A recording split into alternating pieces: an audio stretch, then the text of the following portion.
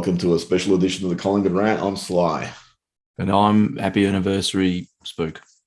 What anniversary is it? Is it like the anniversary of the 4,000th week in lockdown? Oh, isn't it just like living the dream over and over again? No, wasn't it something about we won a grand final? We 11 win. years We ago? win so many. It's hard to keep track of them all. You got to have some sort of claim to a win somehow. Yep. So we celebrate our 11th anniversary of our 2010 flag. Probably like most of our supporters have only witnessed the two, 1990 and 2010. But one of the things we thought we'd explore in this episode of the rant was, did that 2010 premiership side have dynastic potential? Could we have built a dynasty out of that squad? This could be the shortest rant on record. Yes. Well, you just before we go into that, you're telling me you're watching the game the other night. You're talking about Nick Maxwell in terms of the effort he always displayed attacking the contest. Yeah, no, the wife put it on just for Saturday night viewing, which I thought, oh, well, it's been a while since I watched it. Going to have a look, and I mean, before the Maxwell stuff is it just how fucking good they were. It's not that you'd forgotten. It's just you're watching this thing unfold, and it was just a demolition, which is pretty much how that entire final series was played, apart from the drawn grand final, which was the aberration. That it was just an incredible performance. And as I said to message you that it's probably apart from a couple of frees he gave away with Maxwell, if you isolated his moments, they're all pretty much Herculean. It was pretty much a flow on from some of that astounding work that he did in the drawn grand final, especially in that last quarter. And you go, look, the guy was reasonably maligned for a fair chunk of his career, but fuck, you could never ever really fault the endeavour in finals. And the same with like the likes of Daisy and stuff. They were just phenomenal finals players. But the overall functioning of that side, you looked at it and you're thinking, really, there was no weakness anywhere in there. Then it should have just kept rolling. Well, I think when you look at this squad, so we'll put it up on screen. You have 17 players. We have 17 players who are under 26. No, I'm just looking at the age spread now. And I remember, and I would have told this story about 94 times on the rant, because it's not like some of this isn't unique. I still remember watching on the couch and Mike Sheehan going through the age profile like this too, and just saying it's really scary for the rest of the competition. But then he must have realised that what Collingwood does after grand finals with the implosion stuff, and probably had a quiet chuckle to himself. So I've included. Sorry. Yeah, go on. Oh, I was just going to say, in this breakdown, I've included players like Tarrant and Cracker and Jamie Elliott, because they and Leon Davis, who didn't play in the actual flag itself, because they go to the could we have had a 5-year dynasty, for example? And I mean, what you're saying there with Mike Sheehan is, everyone anticipated we would. Now, one of the counter arguments I constantly see is, there was key players that we were losing over the next couple of years who just really hurt us. And if you look at the older players there, you have Ben Johnson at 29, who was a good fighter, but I'm sure we could have replaced him. Jolly at 28, he was a key to that side, but we had like an understudy in Cameron Wood. I know he wasn't the gun ruckman, but he probably could have held, the position while we recruited enough ruckman. As it is, Jolly played for another 3 years. You have Cracker, who came the next year, is at 28. Lee Brown was a key component of that side in the way it was constructed. But I'm sure, again, they could have recruited for needs if that was the style they're going to play. I mean, one thing that frustrated me with Buckley is Lee Brown retired, and then Buckley just said to Chris Dawes, well, you can play the ruck and the forward, position. And this is a guy who was on about 46 games at the time. Didak was 27. He, in my opinion, could have played for another 6 years, because they brought in the sub rule. He would have been the perfect sub. in his later years, just to come on for 20, 30 minutes, do his thing like, Boomer Harvey did at North and Gian Syracuse did at the Bulldogs. Maxwell played for about another 5 years. Dane Swan played until 2016. So he did play, another 6 years after that. He was injured in 2016. So a lot of these players actually had the longevity. But then you go to the other argument that people make that, well, what did these players do anyway? None of them really went on and did anything great outside of, Heath Shaw had a couple of All-Australians. I can understand that to a certain extent. I can't. Really, this is a sum of its parts equation. It's not about a whole bunch of individuals being good, bad, or indifferent and carrying. This was a functioning unit. And that functioning unit, like you said, could have had, like pretty much like Hawthorn did during their dynasty, is just top up with the best likely available replacement. And yeah, I was going to say, I actually hate this argument. I'd like to slap everyone who makes it. We've spoken to people. We've spoken to journalists who deny that we would have had a dynasty and stuff like that. But yeah, are we going to touch on that? I'm not going to name him, are we? I don't need to name, but it was an interesting discussion. Well, it's an interesting burial plot where we left him. But you have a few people who believe this side wasn't actually as good as everyone believed, despite that the following year they were on 180 percentage going into the final round where, they had a holiday against Geelong. But the thing I was going to say is it frustrates me when people say, well, look at what these players did. They didn't really do anything. And it's like, but that's assigning the same form they displayed under a coaching change to what they would have done if, say, the succession plan was postponed or cancelled and Malthouse had stayed for another 4 years. Do we really think that, Chris Dawes would have been pushed into the ruck immediately in 2012? Leon Davis is on record. He said he would have stayed if Mick Malthouse had remained coach. Lee Brown, arguably, he might stay, might not have stayed. It's no secret anymore that there was players who didn't get along with Buckley. Dane Swan talks about it in his book that there was players who were too allied to Malthouse and they didn't want to play for anyone else and had nothing to do with Buckley. It was just they were that close to Malthouse. Yeah, it's the same with the Daisy one too. I think at the time when he left, you didn't want to attribute it to Buckley, but it's been fairly evident post that that was a contributing large factor. Diz was in the same boat. Yeah, I've heard from Peter, a pretty good source that Daisy didn't want to leave and he was just shattered when he had to go. And Collingwood had a contract on the table which they pulled, so it gave him no option. And look, let's be honest. Buckley wasn't a great coach in those early years. He really went hard at trying to whip the list into the shape that he felt it should be. There were players who didn't like it. There's both sides of the stories, that he inherited a rambunctious lot. So he felt really the old poison. I inherited the poison chalice. Wasn't that a fucking classic? But look, the reality is, there was probably, I'm trying to find a diplomatic way of saying this. There was probably grist on either side that, really made the transition unworkable. You had players that didn't want to play for another coach. They were too allied to Malthouse. Malthouse had just won the flag, and people go, he should have stuck to the agreement he signed. I'm like, I sort of agree, but I also don't see why. I don't blame him for turning around and saying, I just won you a flag. Why are you fucking getting rid of me? It just defies logic.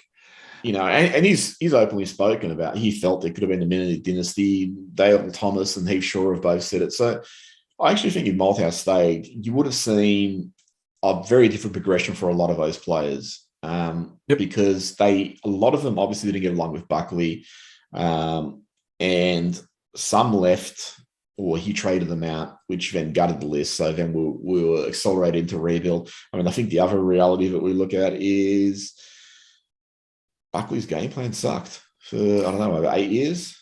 And, everyone saw it. So, this is undeniable. When you went to the football in 2010 to 11, you saw, as you spoke before, it was just beautiful to watch. It was this really ruthless, elegant team that had excitement on every line. And then in 212 and 213 under Buckley, it was just this dreary, taxing, shapeless football, which Well, usually. you do know though that's all because everyone had worked the press out. Oh, yeah, bullshit. Yeah. I mean, It's because a good cop out, that one too. oh, That's it's my a massive second cop out. favourite. I mean, Richmond won 3 flags in 4 years. I mean, no one worked out their game. Everyone spoke about their fucking game plan. This is what they do. No one could actually stop it because they did it well. Hawthorn, the same I'm a thing. firm I'm a firm believer in the fact that it doesn't really matter whether anyone works out your game plan. If you're still executing it better than everyone else, it doesn't matter. Yeah. I 100% agree. And if you have the personnel, then, you're going to be able to execute even terrible game plans to some extent, which we proved in 212. We still made a prelim while playing that shit football. And then if you look at this side too, I've added Jamie Elliott there because he got there in 212. So he would have played, he's still playing now. So he would have been there if we had a dynasty. Tarrant, I mean, he finished up at the end of 212. But you had a few players coming through. I'm pretty sure they would have earmarked Jared Witts. I mean, obviously, if Malthouse had stayed and our finishes were different and our list management was different, we wouldn't have had the same draft picks. But there's a few guys like Jared Witts, I think, who they had earmarked early, so they probably would have picked him up as a replacement anyway. Yeah. But looking at this side, I mean, just throwing out some names, Sidebottom at 19. I'll say I don't think Sidebottom's ever been a better player for Buckley than he was for Malthouse. I think he was a more daring player for Malthouse. Blair never had a better year for Buckley than he did for Malthouse. Beams, he went on to become a captain of Brisbane. He was an elite midfielder. Reid was an elite defender, obviously had injury problems. Brown was a dour defender, but he did his job. Willingham was a good B grader. Pendlebury, well, don't have to really sell his qualifications. McCaffrey was, probably would have always been the fringe player, but I think he was a better player than Malthouse. Remember, under Buckley, he started becoming his dour tagger. Well, the 24 knees didn't help either.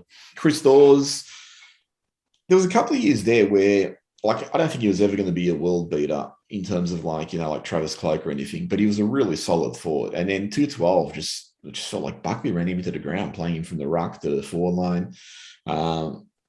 And just looked like it totally tore his confidence. And, he's a young player. I know some people shout, oh, Tom Boyd did it. Well, Tom Boyd did it for one game of the grand final. Dawes had to do it for a whole year. I always said with the Dawes one that, I think Malthouse almost invented that role for Lee Brown because it was something that he because I mean when he started with us he was fairly average, but he grew into that role and thrived and functioned well in it. I don't think it was ever meant to be a template for anything else. Certainly not with Dawes in mind. He just couldn't do it. Well, the thing too with Lee Brown, you got to look at when we got Brown, he was, what was he? He was about 26, I think, when we got him. So he was already a mature body. He had a bit of experience. He played back and forward. Dawes was still finding his way. Dawes was still a relatively young player. So I just felt like that was really just the best way to absolutely tear a player down by screwing up his development, by giving him just a physically taxing role.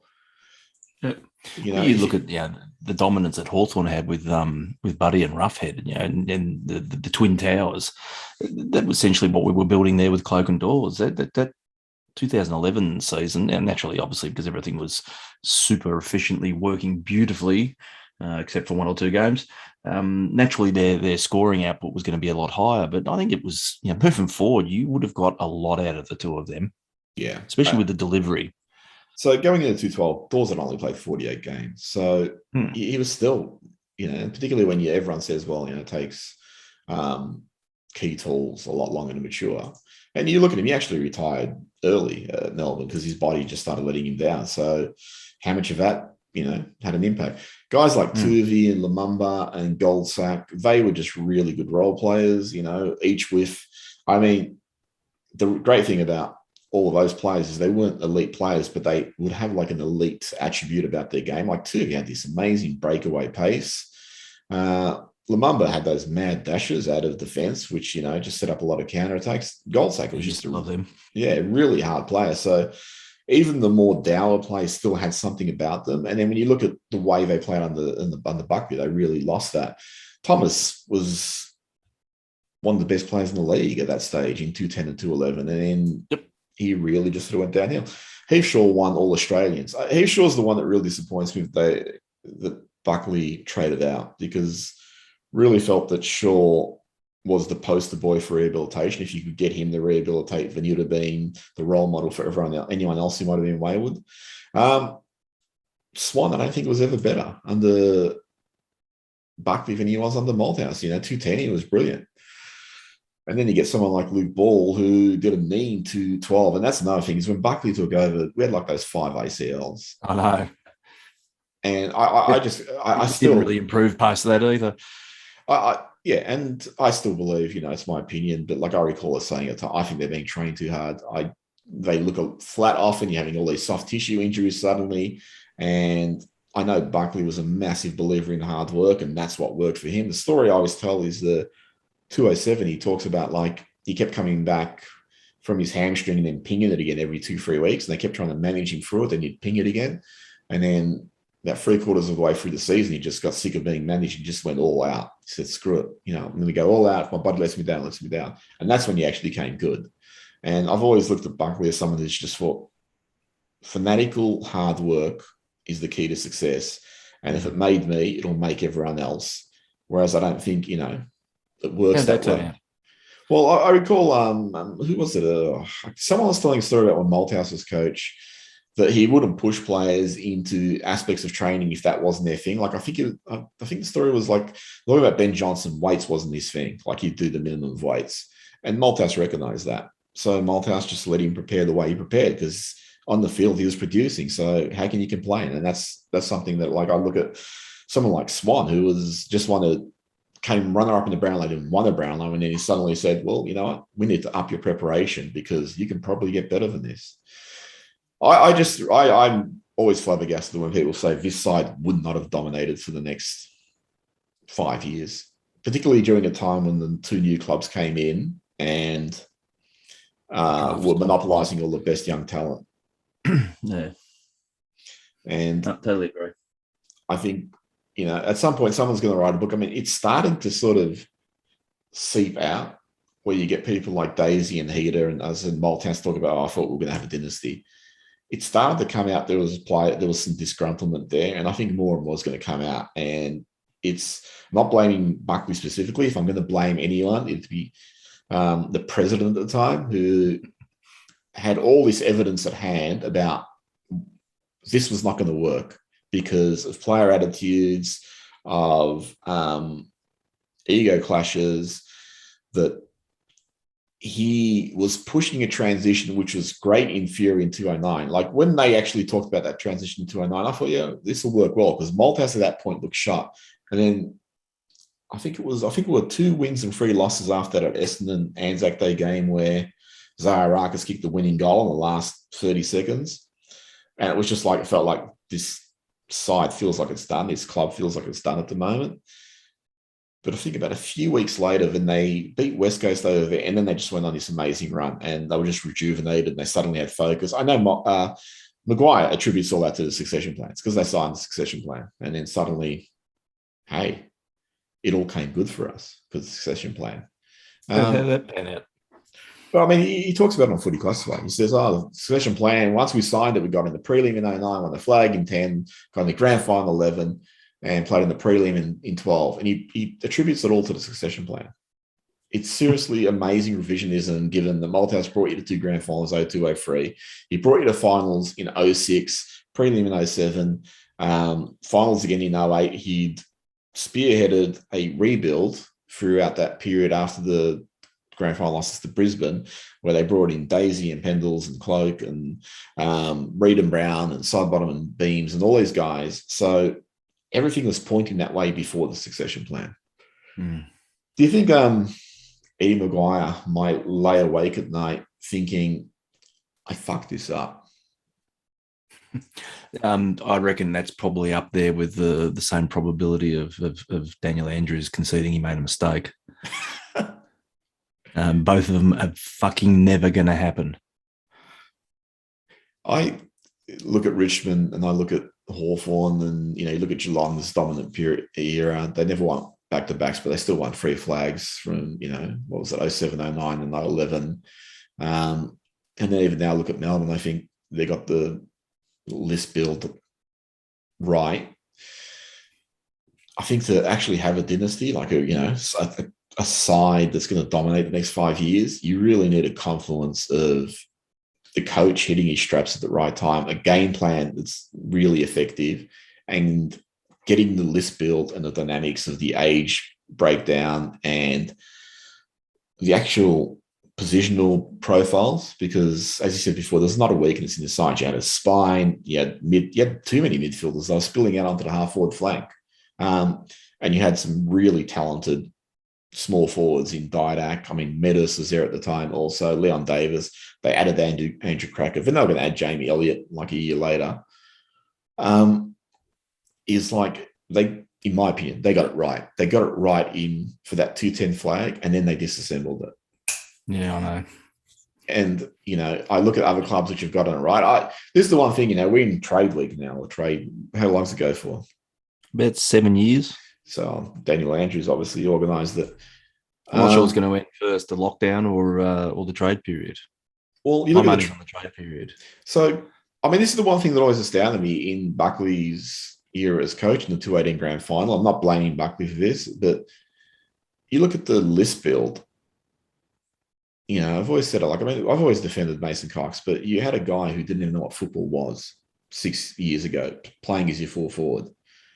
You had a guy who you rookied as a defender playing as your centre half forward. Your key defenders, were Lyndon Dunn from Melbourne. So you just moneyballed it. And then a year later, you moneyballed it again with Jordan Roughhead, and they were really good servants. But it's like, I'm really surprised at this list build compared to the previous one. The previous one was logical and they filled spots. Whereas this one was like, it just always felt like they were patching up holes as best as they could until the next hole sprung.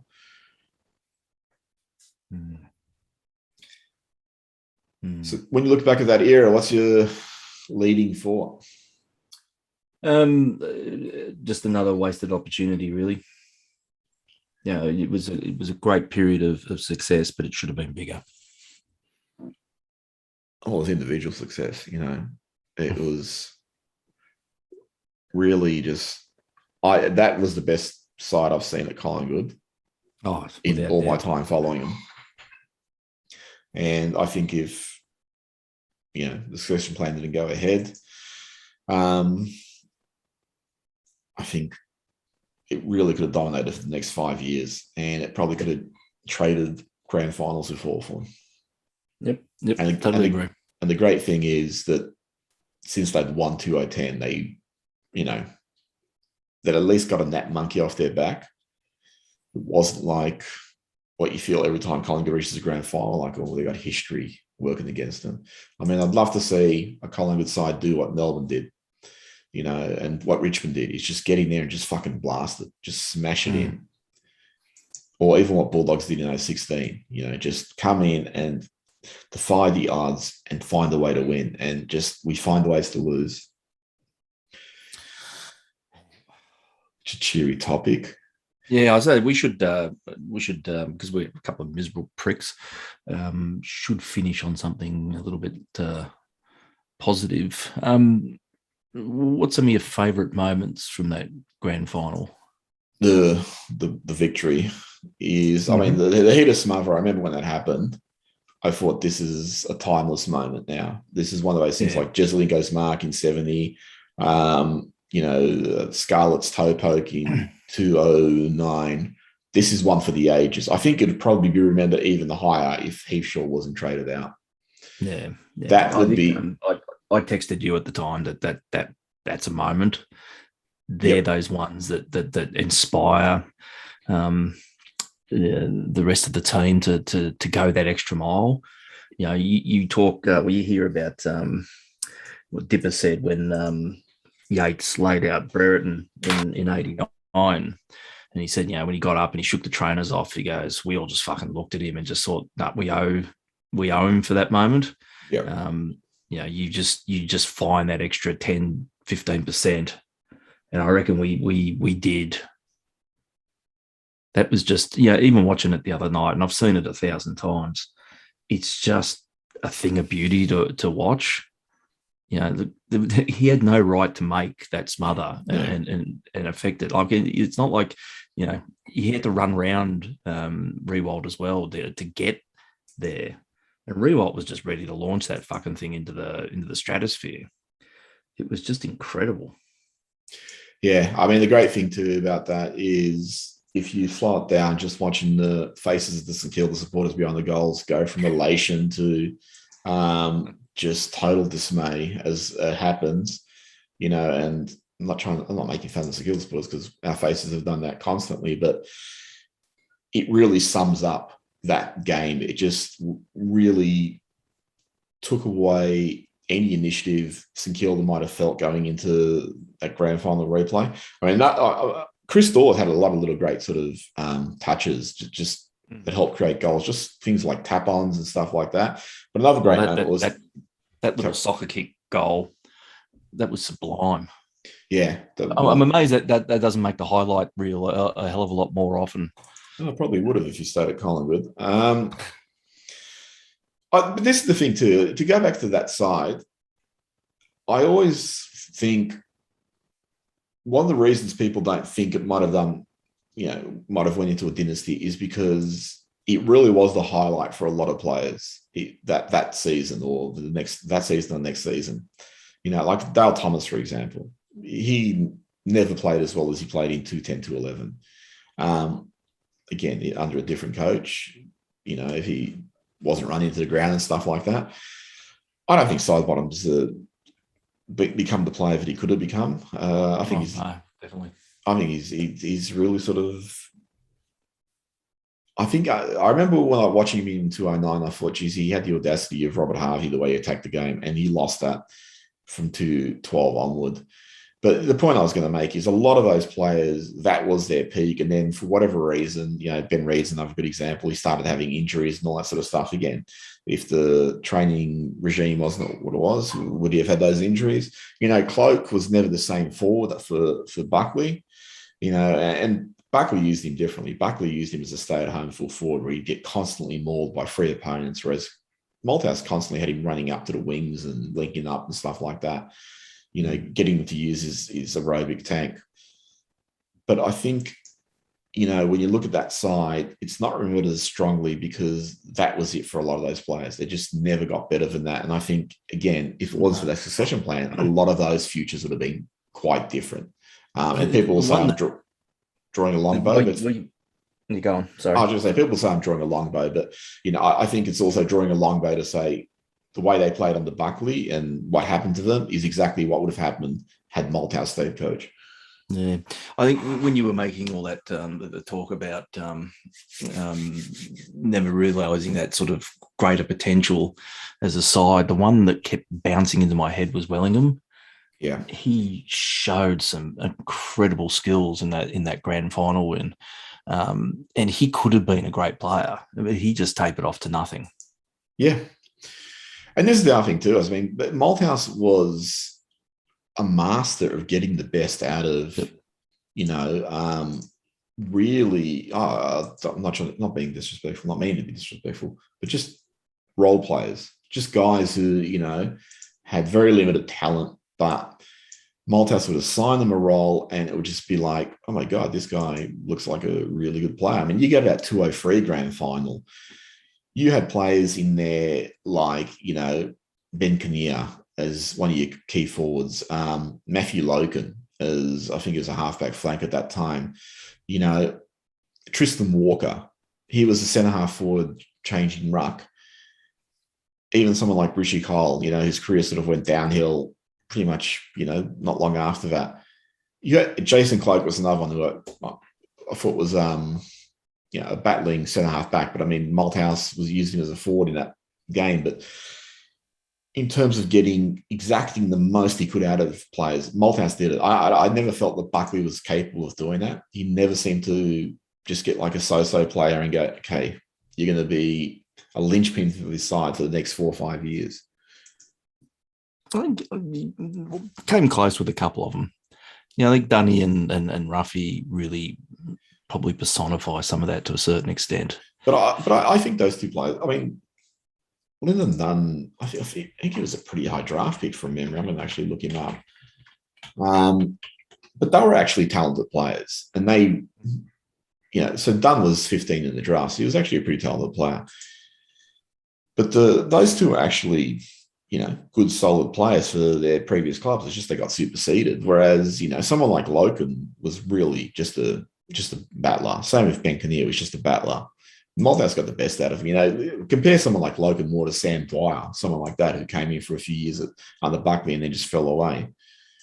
So I think Malthouse just, and obviously Malthouse had a lot more experience. I mean, Buckley, we understand. I mean, again, it's starting to come out that he tended to have a one rule fits all policy, whereas I'm pretty sure, I can't remember who told me the story, but one of the first things Malthouse told the players was, I'm not going to treat you all the same, because he understood everyone has different triggers.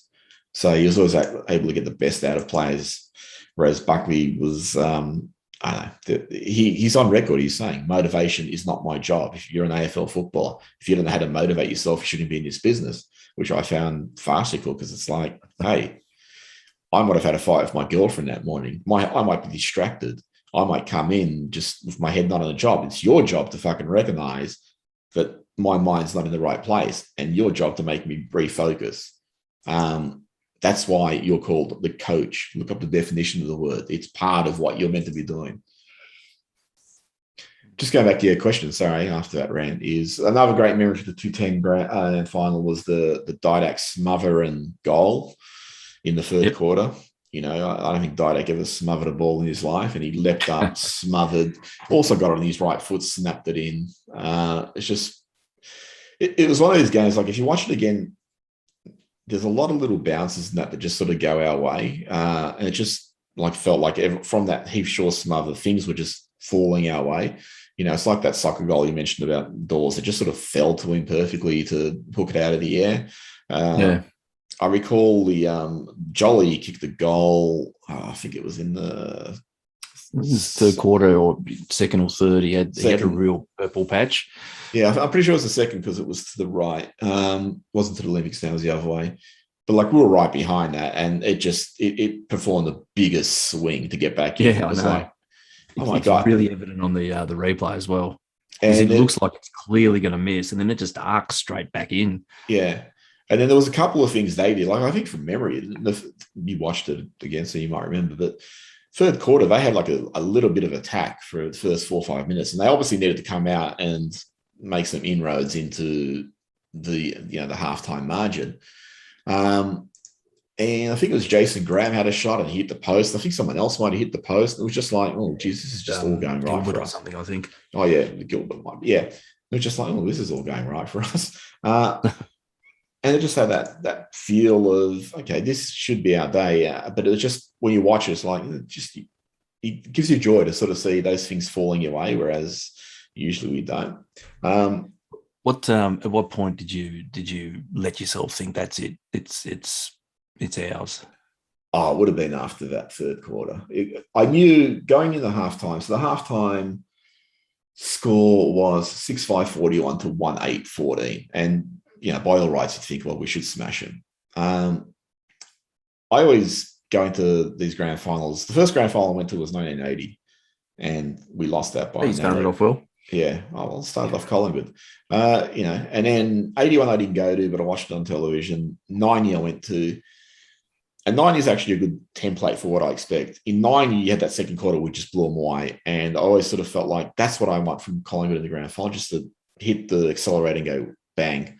But given what happened in the draw at halftime, I was thinking, well, the biggest danger now is going to be the first 5-10 minutes, because they're going to come out really hard. This is going to be the biggest swing they're going to take at us. And if they can make inroads, the doubts will get back into our heads, like happened the other week, and it could all turn to shit again. So probably wasn't until, I don't know, that Didac goal, I think, or I started thinking, no, pretty sure we got this. When things like that are happening, I'm pretty sure we should have this. What about yourself? Me, it was the classic Daisy goal, the one that had Eddie in tears. Oh, yeah, the little balks and that in the goal square, again, set up like even watching the replay, there's one point where about about 77 points to 20 something. And you're thinking, and this is in the third quarter, you think at the time, I couldn't let myself think that was enough. And I remember we had this older woman sitting in front of us, and she kept turning around and she kept saying, "Oh, are we home?" And I just kept saying, "No, not yet, not yet, not yet." And I think I gave her the not yet's about 912 times. But when Daisy Gold and you started to get a little bit emotional, I leaned forward and just tapped her on the shoulder and pretty much, it's now we're good. It's just incredible though that you just had that nagging voice in the back of your head saying, "Don't go too early." No, I mean, you go to 218. There's every chance we could still fuck this up. Yeah, go to 218 in that last quarter where De Goey and Mychek Gold. And again, I felt, okay, let's do what I learned or expected from 1990. Let's just blow them away.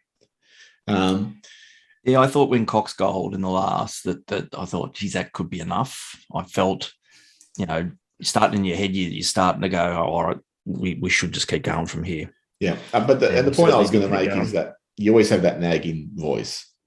It's not going to happen. I mean, the secure the grand final, that you look at it, we were 6-5 to 1-8. So you just look at something like that and you think, they're 1-8. They're just having a day where they're just murdering the ball. I mean, obviously they could come out and kick 8-1 in the next quarter or whatever. But again, there's just sort of a lot of little things happening.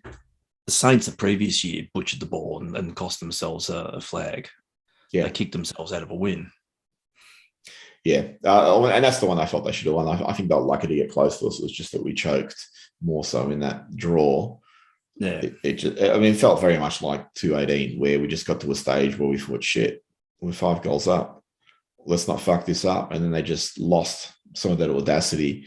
But that 2-10 side, like I seriously, and you probably recall on message boards that I was saying, if we don't win another flag with this squad, we've wasted this.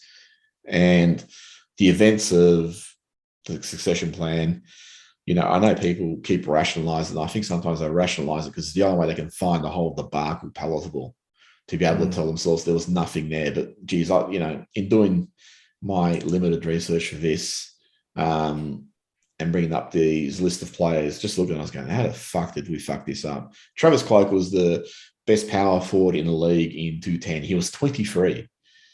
Yeah. How did this guy not play another 10 years? I mean, it was always going to finish early for him, but Jesus, I mean, how many times was he tripled or? But that was Buckley's fault. Again, Malthouse had him running. He was still leading contested marks. He was a machine. And it just sort of, Thomas, 23, he did his ankle under Buckley. I don't think it's I don't think it's any secret that he and Buckley didn't get along. So he obviously weren't getting the best from him. I mean, Lumumba's on record, so he obviously doesn't like Buckley. He has no problem with Malthouse. I don't think he likes anyone. Well, he hasn't bagged Malthouse, so he must like him. Pendlebury, again, we're seeing how good he is. So even if you had like a drop-off, I mean, the ones probably to really think about it are Reid and Brown. Brown sort of was a solid soldier. Reid was in and out with injuries. But again, let's not forget that Buckley started playing him forward a number of times too, from him down forward. But a lot of these players fell away under that regime. Again, I just think it would have been totally different had. Oh, absolutely. Had the existing regime. And, people go, oh, well, that's just, again,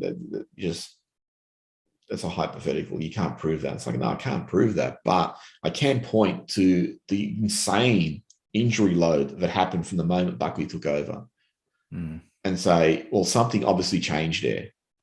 Something went from okay under Malthouse, where we didn't have that horrific injury run. I think we had a pretty bad one in 07, but we sort of came good toward the end of the year. And before that, I think it was 04 and 05. Under Buckley, it was seriously, I think, at one stage in 8 years he'd been coach, I think we'd been in the top 5 injuries 4 times, and the other times have been in like the top 10. Oh, it just felt like every year. Probably was every year.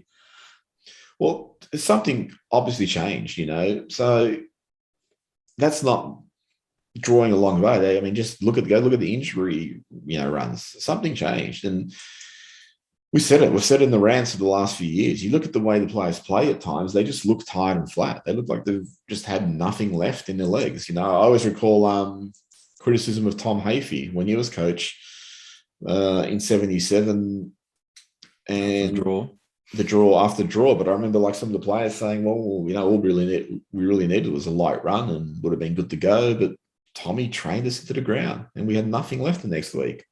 And that was a regular criticism. 81 was the same thing of Hafey. It was like, well, they took the long way around in the finals. They very much like the Bulldogs. In the last game, they went from top to third. Well, Bulldogs was a little bit of a different drop, but the Bulldogs lost their advantage. But Collingwood went from top to third, then lost their first final, then played in the first semi against Fitzroy, won that, then went to the prelim. And then so by the time they got to the grand final, it's like their fourth game. And you could see if I was starting to run out of legs. And again, allegedly, Tom Hafey ran the shit out of him, trained the shit out of him. And when Hafey was coach of Sydney, that was one of the reasons he was sacked there, is because the players, again, felt he trained them too hard. And that's not the disrespect Hafey's methods, because obviously they worked to him for some extent. But I think you can take that too far at times when you look at what the load is required of players. And you look at like Collingwood under Buckley. I mean, Buckley was a beast when he was a player. He'd run his 15Ks, but not everyone had that aerobic capacity. So for him to arguably expect the same return from everyone else, it's just recipe for disaster. Yeah. A lot of these reasons why I'm so excited about flying the gang moving forward. I just don't think you're going to see that. No, and this is the thing with the list build. I mean, they're trying to get in front of it. It's going to be an interesting list build given the lack of currency at their disposal. But they're going to have a lot of similarly aged players at the bottom end. So, there's a little bit of a sense of what happened in 06, 07.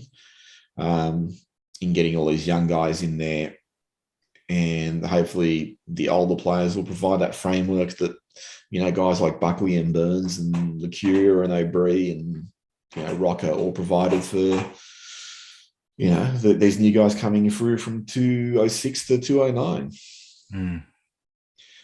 Just final thoughts, grand final. What do you think of it? I turned it off. It would have been the last quarter. It just got boring. Yeah, it's just interesting. I was really disappointed in the way that the Dogs just completely stopped. I think they just ran out of legs. I was just going to say. I think it's simple as that as well. But it was. I found it disappointing. Yeah, I was going to say. I mean, you look at like the season. I mean, it's just made up of moments. You had Melbourne down by 6-7 goals against Geelong at Cardinia, whatever the whole stadium's called now, Skills Stadium, and they come back and they win that game, and they get a top spot because of that. And Geelong ends up having to travel to who they play first, Port. I think that was Port. Yeah, they got smashed, didn't they? They got smashed. And Bulldogs were like about 3 goals up against Port, at Etihad or whatever the hell it's called. And they surrendered that lead and they went from top 4 to 5th. And so then they had to take the long way around to get to the finals, which is why I said it's like Collingwood's 81 season when we dropped. And you just think the two moments in both those grand final seasons, and even Geelong, you throw them in there, it's that, Melbourne winning that game, Geelong losing that game, Bulldogs losing that game, and it just shuffled the ladder around and changed the way they could attack the finals. And I think that's really important too in terms of giving yourself the best chance, because so often we seem to take the long way around to try and get somewhere. Yeah, no, definitely. I'll just say one last thing too. I mean, we don't know what McFly's game plan is going to be, but it's interesting that Chris Scott's been in the finals about 98 times. He's only won one grand final, which is the one who he did that against, and the other 97 times Geelong's failed, and people looking at stop and kick game plan that Geelong love, and you compare that to the sides who have won flags, Richmond, Chaos Football, Melbourne plays, pretty similar brand in terms of the way they slingshot. Bulldogs, It's seriously, if anyone, I mean, I don't understand why Buckley championed that game plan either.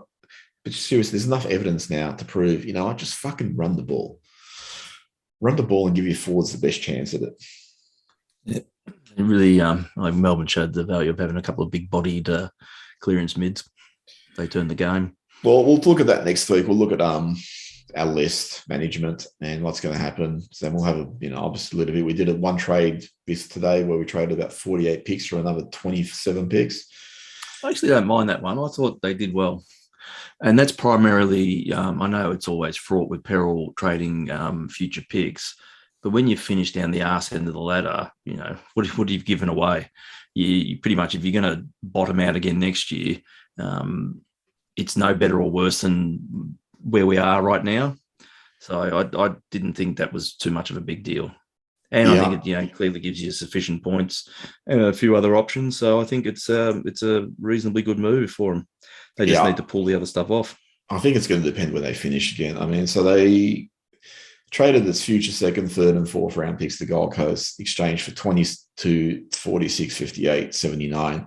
So if we was to finish Wooden Spooners last year, our first, second round pick would be potentially 19. So that's when it starts to get a little bit ugly again. And the next one would be 36. So you're giving up 19 and 36 for 22 and 46. So I understand they're trying to get things done right, now for Nick Dacos and to get other players like Lipinski and Kruger in. But I think that one's going to be qualified by depending on where we finish next year. Yeah. No, it's obviously the proof's going to be in the pudding, but I was reasonably pleased with it today. I think it was a good move. It really puts to bed the whole panic about Nick.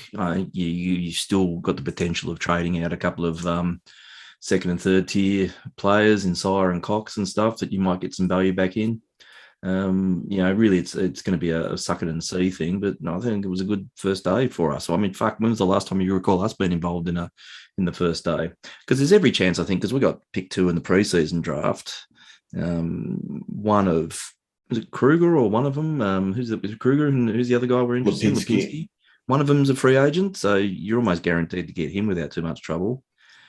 Oh, well, that is one thing, and we should probably save this talk for next week. But in terms of, I was having this conversation with someone else and just saying, we'll get, we'll screw it up again. I was like, well, hang on, you got Graham Wright in charge now, so yeah, I'm a lot more confident of the trading and the finagling and all that with him in charge rather than. Right, well, let's park that for next week. Yep. Anyway, that's it from us. Fuck up, then we can just attack them all. Edit this. We can never admit that we're wrong, though.